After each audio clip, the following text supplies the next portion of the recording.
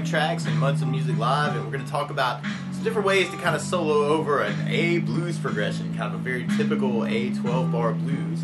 Now you could just kind of back this up with the chords, actually kind of working A7s, D7s, or D9s, kind of for your Ds,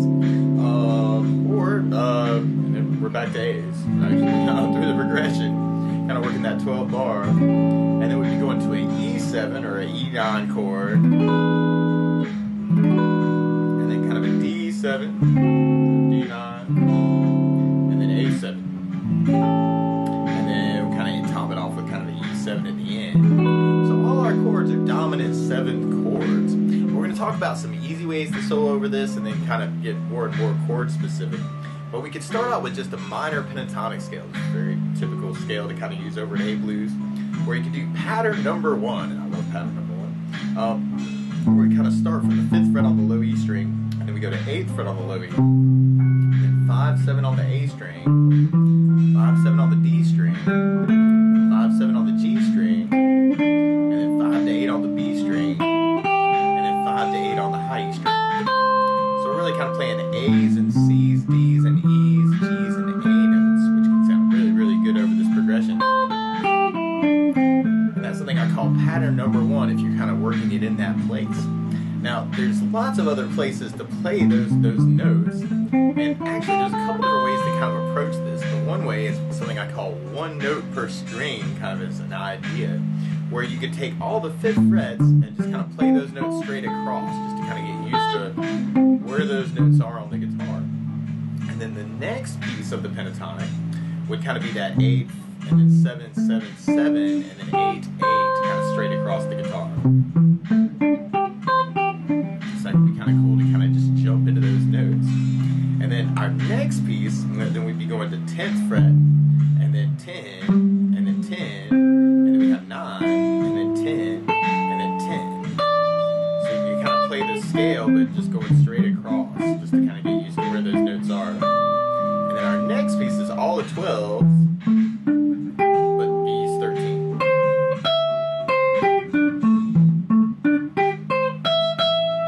Very, very cool too. And then our next piece, we'd be going to 15, 15, and then 14, 14, and then 15, 15. And those are actually the same notes that you would have on 3, 2, or 3, 3, 2, 2, 3, 3, kind of 3rd fret twice, 2nd fret twice, 3rd fret twice. So kind of that G, C, E, A, D, G note. You know, you can kind of work in either place. And then from there, then we be back to kind of where we got all the 5s that are part of it, or all the 17th frets are the same notes as the 5th frets, depending on where you are. Now, another way to approach these patterns is to kind of work them as 2 note per string. So kind of taking that pattern 1 idea, we were kind of doing it from the 5 and 8, and taking that idea and then moving it through the other patterns. So you could kind of work it as 8, 10 on the low E, and then 7, 10, 7, 10, 7, 9 on the G, 8, 10 on the B, 8, 10 on the high. Same notes, different place, and that's called pattern number 2. You're kind of working that pattern across the guitar.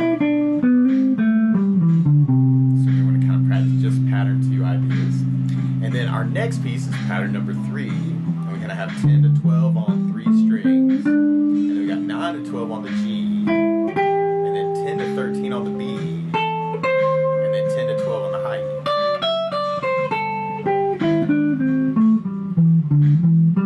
So it's kind of taking the neck of the guitar and dividing it up into sections to kind of, you know, just visualize the pattern. But there's lots of things you can say in that pattern too. And then our next pattern would be pattern number 4. We have 12 to 15 on 2 strings, 12 to 14 on 2 strings, and then we have 13 to 15 on the B, and then 12 to 15 on the high E. So you can kind of look at just that one little piece of the neck. And then our last pattern, and this is one of my favorite patterns, sometimes calls this the butterfly pattern, but pattern number 5, you'd have 15 to 17 on 2 strings, 14 to 17 on 2 strings, and then 15 to 17 on 2 strings. So that's kind of a cool pattern.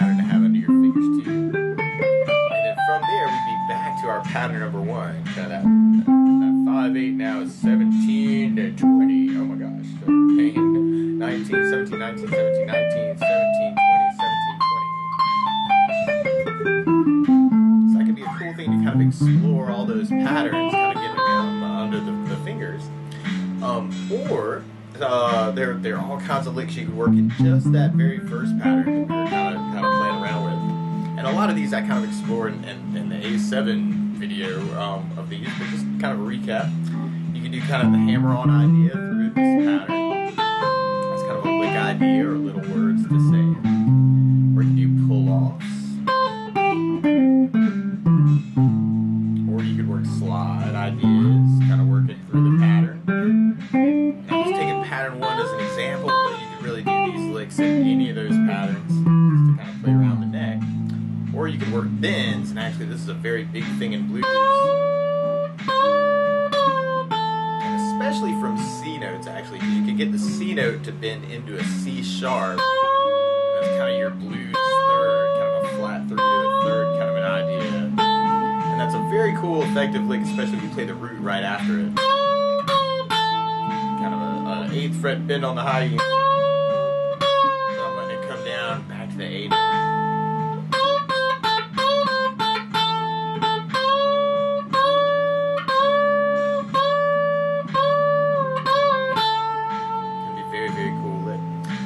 Or you could do that same idea but from different C notes. So you could even take the G string on the 5th fret, it's kind of a bend idea, and then end up on the D7.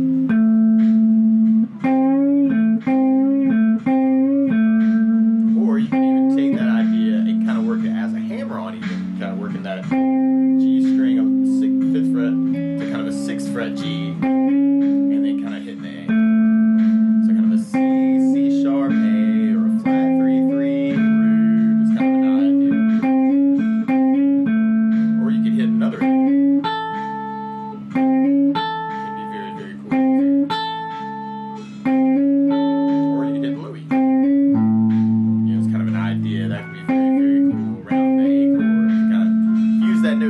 Of the chord, which is kind of cool. So it's almost like you're playing a little piece of the scale, a little piece of the chord, and then kind of ending on the root note. So that's a very cool lick too. Or you can organize these notes in different ways. And there's lots of ways to kind of do this, almost like grammar ideas. But you could kind of work the low E string to the 8th fret on low E, and then go to the A string 5th as kind of a 3-note idea, kind of a 1, 2, 3.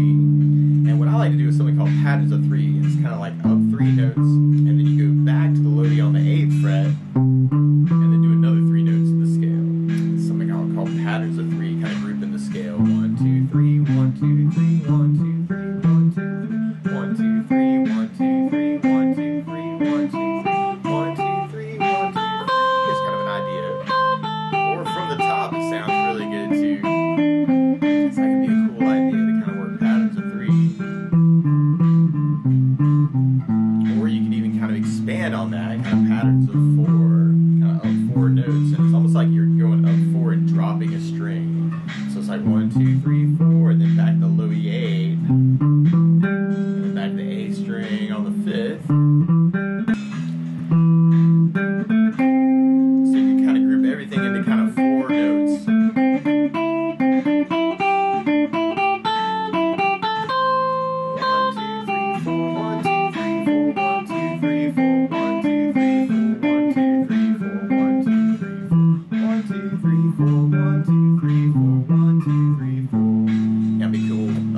To play around with.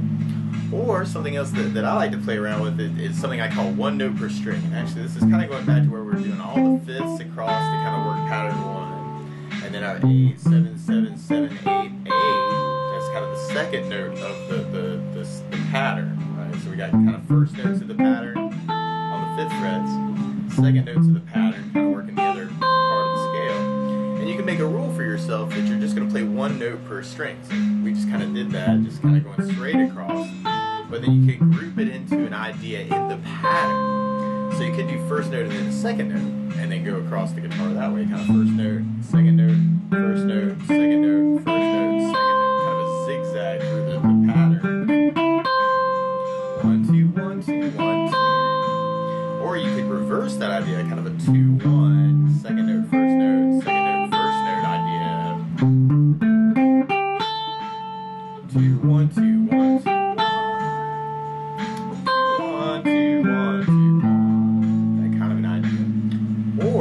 you could group them into groups of threes. So you could do kind of a 1, 2, 1, and then go back to the A string 1, 2, 1, back to the D 1, 2, 1, back to the G 1, 2, 1, and then kind of work it that way. Kind of 1, 2, 1, 1, 2, 1, 1, 2, 1, 1, 2, 1. Or you could do a 2, 1, 2. Kind of have second note, first note, second note. Back to the A, second note, first note, second note. Back to the D, second note, first note, second note. Back to the G, second note, first note, second note. So you got a 2, 1, 2, 2, 1, 2, 2, 1, 2, 2, 1, 2. Or you could do a 1, 1, 2, kind of 1, 1, 2, 1, 1, 2, 1, 1, 2, 1, 1, 2 idea. 2, 2, 1 idea.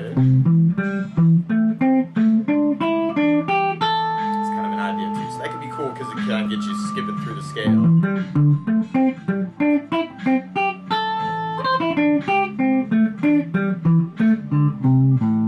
Might be kind of cool licks to play around with. Or rhythm ideas can be very cool too, actually working 2 notes on each note through the scale. Kind of an 8th note idea, and I'm swinging that because it's bluesy. So kind of thinking long shorts through that.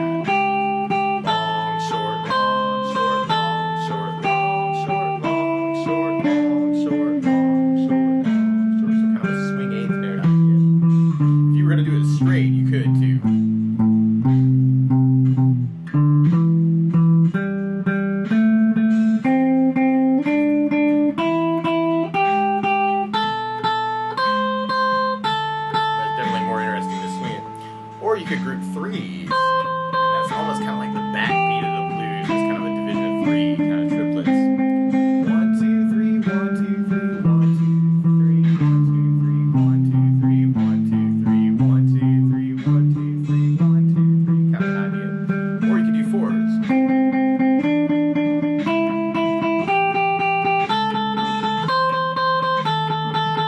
You know, or any subdivision you can think of, you could try to divide things into 5s or 6s. Playing against the beat sometimes.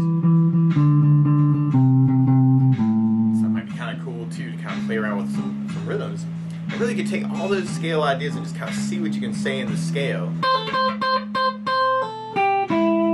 And especially if you're new to this, I just take that first pattern and just kind of get used to that. And a lot of times you can kind of internalize what sounds you're going to get where.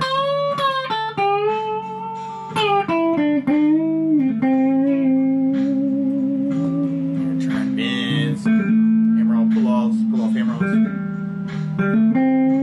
Just to kind of try and say some stuff in the scale.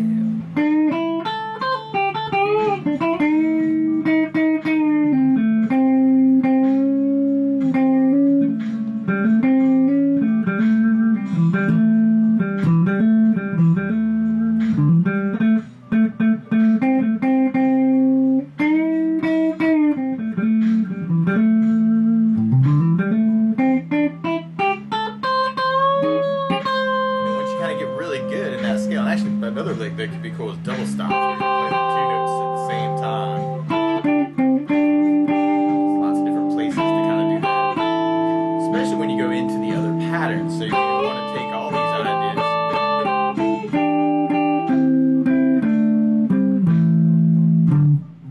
and try and pattern 2 or pattern 3.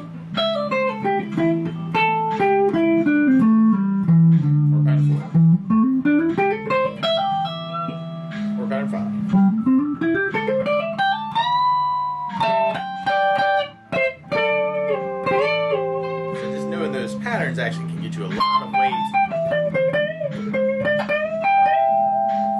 the scale. Now normally blues, we're kind of playing a minor pentatonic scale over a dominant 7 chord. So there's a conflict between the chord and the scale. Like we were kind of talking about flat 3 to 3rd, or the C to C sharp note going to the A note. And so you could even work a major pentatonic scale over the blues. This will sound really happy and you're kind of playing against it, but just to throw it out there as a possibility. If you took your pinky and kind of lined them up on the A note on the low E string, that's where our pattern 1 would line up for a major pentatonic scale. So then we'd be working 2nd fret to 5th fret on the low E, 2nd to 4th on the A, 2nd to 4th on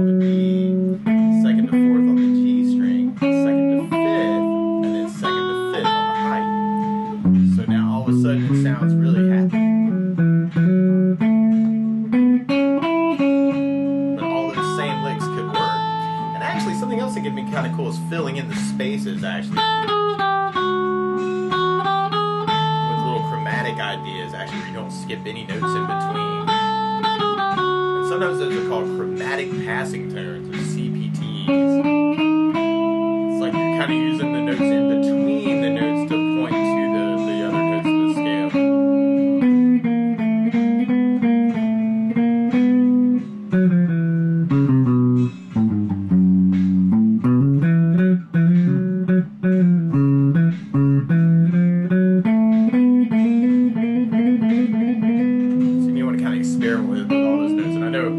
Open up the doorway. Oh my gosh, anything will work over A blues, and it will. But it's a lot of times it's what notes you're pointing to. Kind of a rival point idea is kind of through the scale. So you may want to play around with the major pentatonic, and actually all those patterns would just move when we kind of move things around that way. So now your pattern 2 starts from 5th, pattern 3 starts from 7. Starts from 9. And pattern 5 starts from 12. And we're back to pattern 1.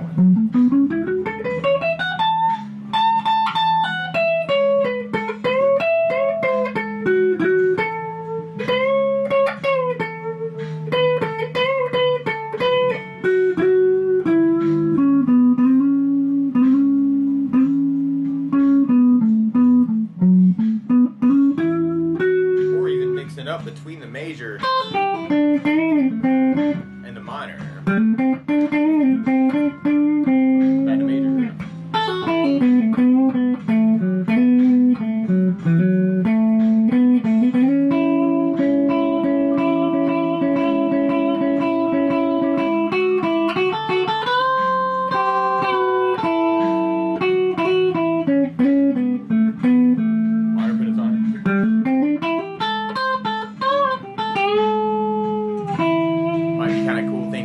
Up between those ideas too.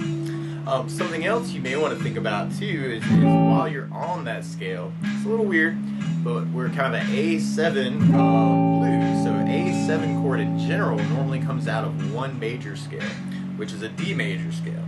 So if you took the D note on the low E string, you could kind of work a D major through this too, and this will sound very, very happy, but kind of D, E, and F sharp, kind of 10, 12, 14 on the low E, 10, 12, 14 on the A string, and then 11, 12, 14 on the D, 11, 12, 14 on the G, and then 12, 14, 15 on the B, and then 12, 14, 15 on the high E is kind of your D major scale.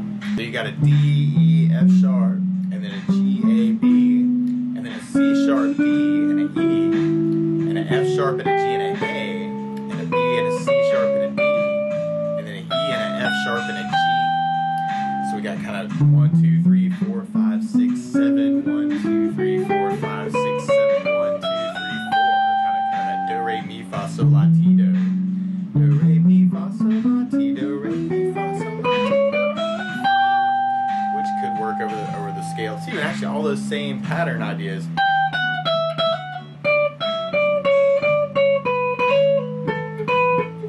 you can use in that scale too.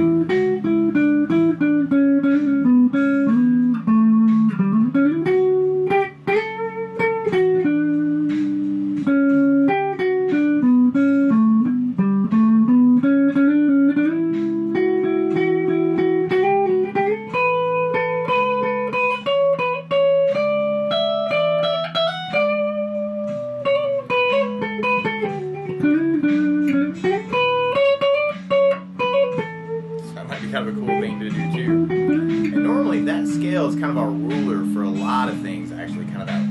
Thought of it as kind of numbers, kind of 1, 2, 3, 4, 5, 6, 7, 1, 2, 3, 4, 5, 6, 7, 1. Kind of 7-note scale, 2, 3, 4 on the top. You can kind of measure off just about any scale or any chord you wanted to, kind of using that 1, 2, 3, 4, 5, 6, 7, 1. And the weird thing about the A blues actually is you kind of hear an A as a home bass note actually. So kind of that A note on the 12th fret in that pattern.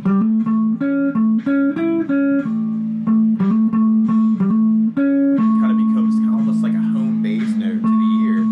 And so if we took those same same notes and worked them off that A we were doing on the low E 5th fret, we could kind of have another pattern to kind of play around with. And you'd have the A on the low E, and if we played those same notes, we'd have 5, 7, 9 on the low E for A, B, C sharp. And then on the A string, you'd have D, E, and G, and F sharp. Kind of same pattern, actually. But then when we hit the D string, we'd be playing a G note, and then going to the A note to have those same notes. And that's actually something called Mixolydian. It's kind of called a mode idea of D. If you're kind of playing a D major scale, but you're hearing A as a home bass note. So we could even word that as a whole other pattern, actually, kind of that 5, 7, 9 on the low E, same thing on the A, same thing on the D, but then we have 6, 7, 9 on the G for the 3, 5, or 3, 4, 5, and then we'd have 7, 8, 10 on the B string for the 6, flat 7 root, and then we'd have 7, and then 9, and then 10 on the high E for kind of that B, C sharp D. Would be kind of your Mixolydian idea. So you could really play around with those same licks there too.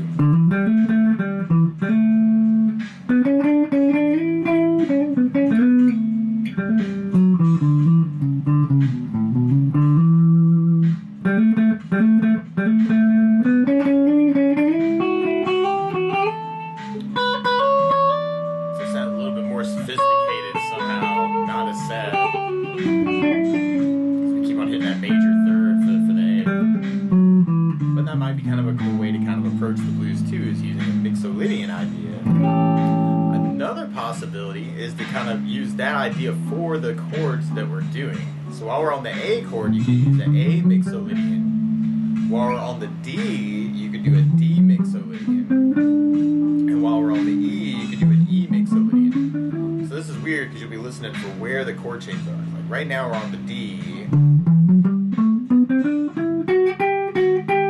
then we're back to the A.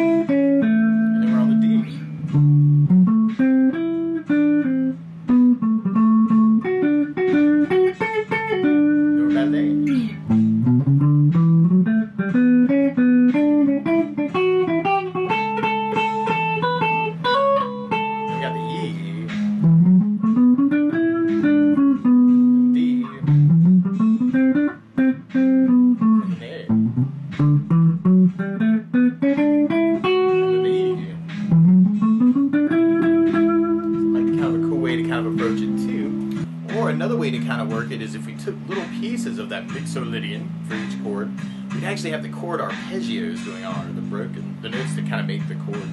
So you'd have the A on the low E 5th, and then if you go to 9th fret, that's the 3rd of the chord, and then if you go to the A string 7th fret, that's a E note, which is our 5th, and then the 5th fret on the D is a G note. And that's kind of our flat 7, kind of 1, 3, 5, flat 7 idea, kind of from that ruler idea. And then we'd have the 3rd, and then the 5th, flat 7, and then the root. So you could kind of follow that through if you wanted to, even through the pattern. Or you might want to try that across the entire fretboard. Actually, those some kind of fair game notes. So it can always sound good to kind of just work just the notes that kind of make just the A7 chord over the top of the blues too.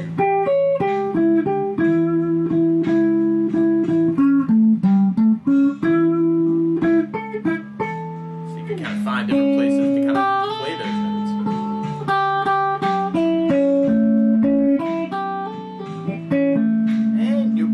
Stumble upon some little shapes that might be kind of cool to kind of use to kind of punctuate things too. And a lot of times these kind of work off of some things called voicings. Actually, what a voicing is where the order you're stacking up chords in.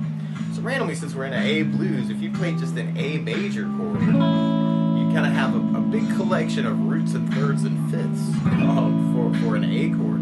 And if you play just the G string, B string, and E string, kind of just that A and the C sharp and the E note, that's called an A major chord, kind of working root 3-5 as a voicing from the G string to the height. So I'm calling out voicings from thicker strings to thinner strings, kind of root to 3-5 on the top 3 strings. And you can find little chords with that, actually, kind of taking the first finger and going over the E and the B string. On the 5th fret, get you an A and an E note. And second finger on the G string, 6th fret, is kind of like a little A major chord.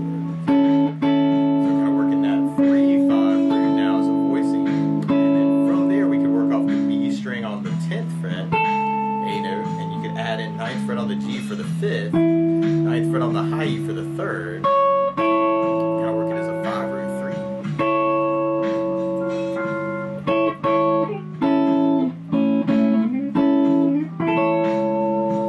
Thank you, ma'am. Kind of working from the root 3-5 to the 3-5 root into kind of that D shape, kind of that 5 root 3, and then it kind of starts over again, kind of a root 3-5, and then back to 3-5 root, and then you may have enough space to do 5 root 3. So like little A chords over the neck can actually be very, very cool. And you can even go and find those same voicings on different string sets. So you could go to the D, G, and B, try and find a root 3-5, and then a 3-5 root, and then a 5 root 3. It's gonna be very cool. Or you could go to the A, D, and G string for a root 3-5, or a 3-5 root, or a 5 root 3. Or you could go to the E string, A string, and D string. You kind of find those same voicings, kind of root 3-5, 3-5 root, 5 root 3. Picture here actually is something called the caged way the chords move. So you almost have like an A major shape in the beginning, but then if you barred on 2nd fret, you can almost kind of do a G major chord shape. And then from there, if you kind of barred on 5th fret, you have like an E major shape. And then if you worked off the D string 7, you'd have a D shape for an A. And then if you barred on 9th fret, then you have kind of a C shape for the A. And then if you barred on 12th fret, you'd have kind of the A major shape again, kind of coming back. So these little voicings that we're doing actually are kind of little pieces of that bigger idea across the fretboard too. So you can kind of go and hunt and look for little A majors kind of through the scale. Or we could add in our G note for our A7, because we're really playing A's and C sharps and E's, and then that G is our flat 7 of the chord. So we could work like little A7s across the neck. Some of these get a little weird actually. There's some things I call piano voicings, which are a pain in the butt on the guitar, but you could, just to go over them, you could have D string on the 7th fret as kind of your A note, 6th on the G is a C sharp, 5th on the B string is a E note, and then 3rd fret on the high E is a G note. So it's kind of a G7 or an A7 chord. Kind of got 7, 6, 5, and then 3rd fret. So that's a pain in the butt to kind of play. But that's how a piano player would kind of stack things up on a keyboard, kind of root to skip, skip, skip. It's really easy on the piano. The guitar, not so much. But we could look at those voicings. So your next voicing would be kind of the 3, and then the 5, and then the 7, and then the root. Wow, what a stretch. And then your next voicing would be the 5, and the 7, the root, and the 3. And then your next voicing for the A7 would be the 7, and then the root, and then 3, and then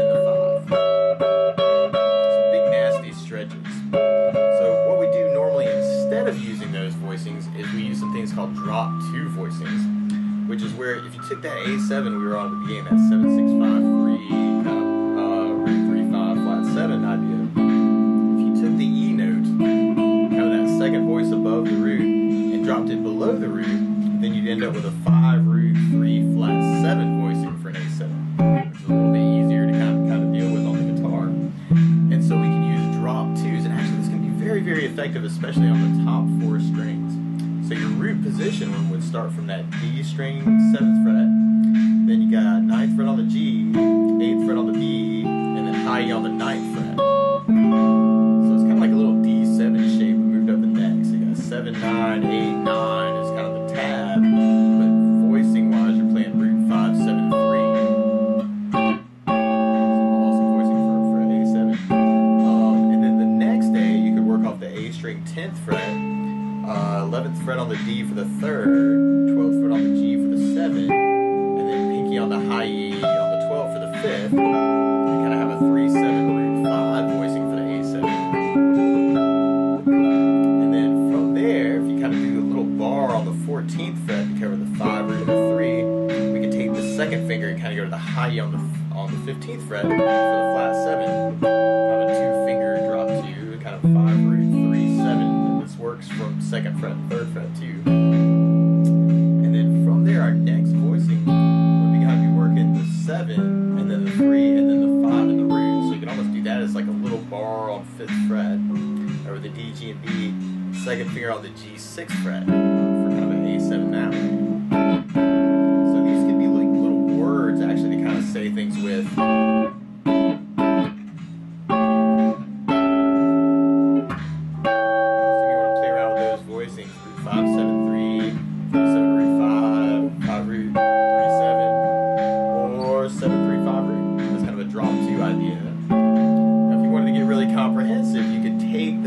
Voicings and work them on the next 4 strings down, kind of the A, D, G, and B. So now you'd have the root at 5 7 3, kind of phonic of that voicing, and then you have your 3 7 root 5, and then we'd have our 5 root 3 7 that we kind of talked about earlier, and then we'd have our 7 3 5 root kind of voicing, kind of working those strings.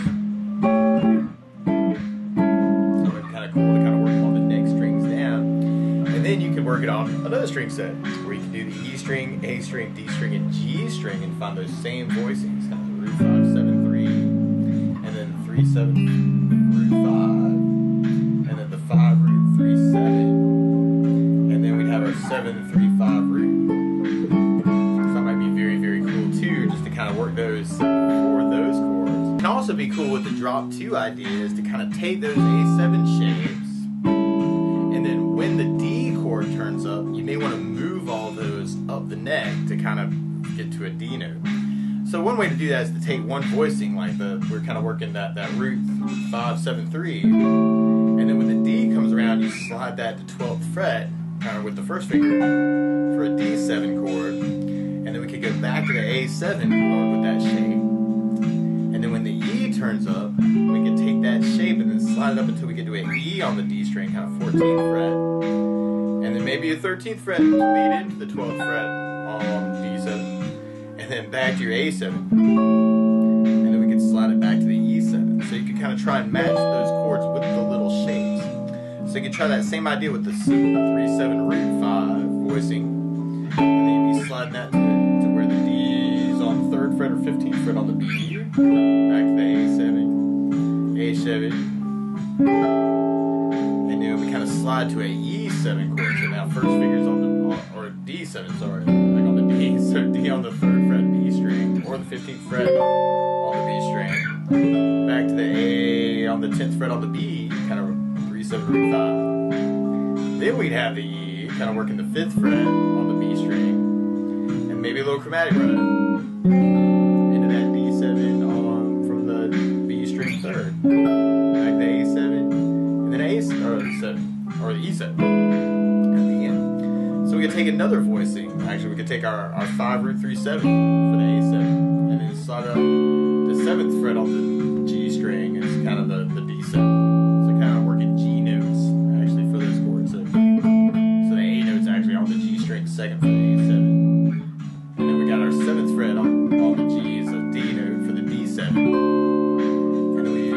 A7 again. So we got 5 root 3 7 for the A7.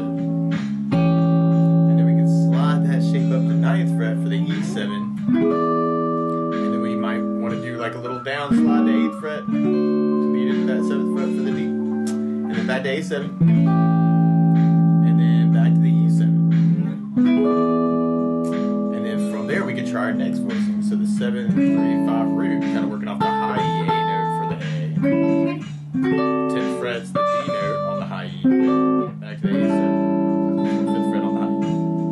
So maybe kind of cool with 7, 3, 5 root for the A7. And D7 with the high E on the 10. And then our A7.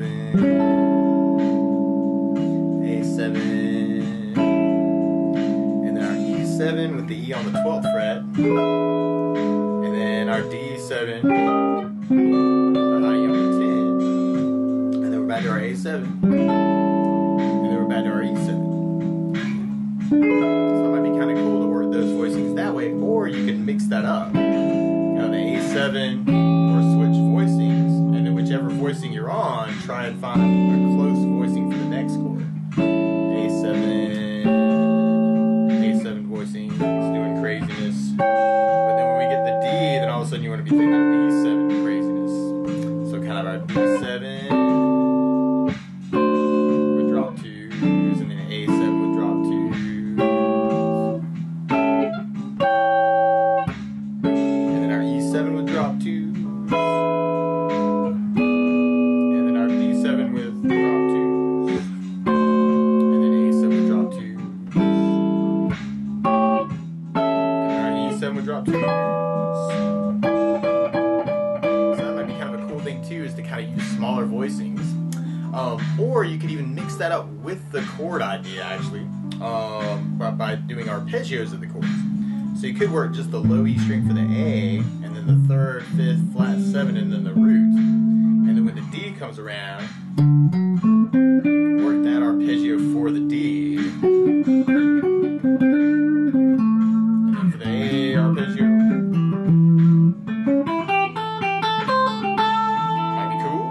Arpeggio for the E, D7 arpeggio for the D, A7 arpeggio for the A, E7 arpeggio for the E. So you can mix it up that way too.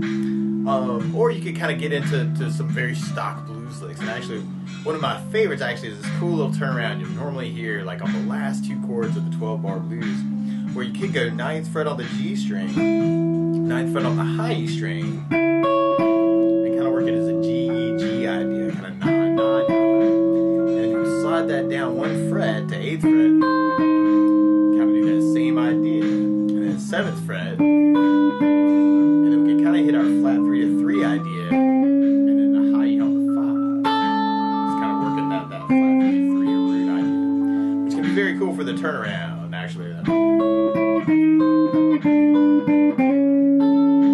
Might be kind of a cool lick.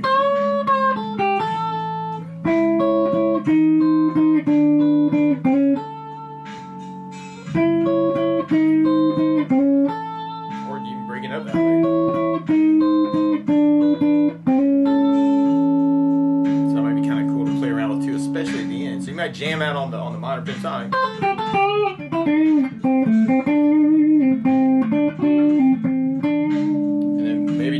Arpeggios. Maybe on the E you got the E7 arpeggio, and then D7 arpeggio, but then maybe you go back to pentatonic, or little pieces of chords. So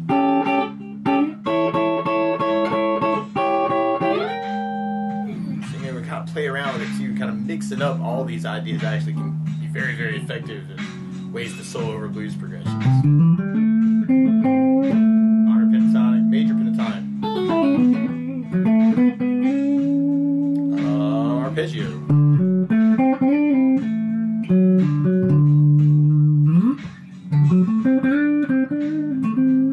pentatonic,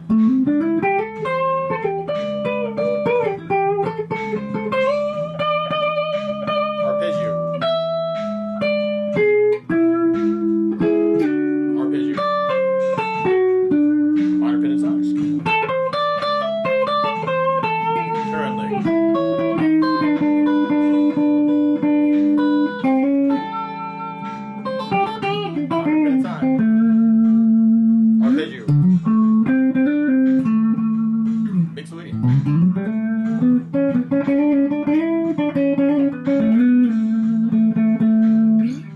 D minor pentatonic scale. That feels like I'm playing against it, but then they arpeggio. E7 arpeggio. E7 arpeggio. And then bad day. Mixolydian. Turn around there.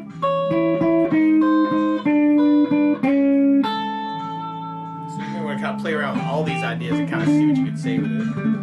But I do hope that that kind of helps throw some ideas at you as to how to solo over some A blues. So feel free to take all these ideas and run with them any way you want to and base your entire career off playing pentatonic scale across the entire fretboard. So good luck!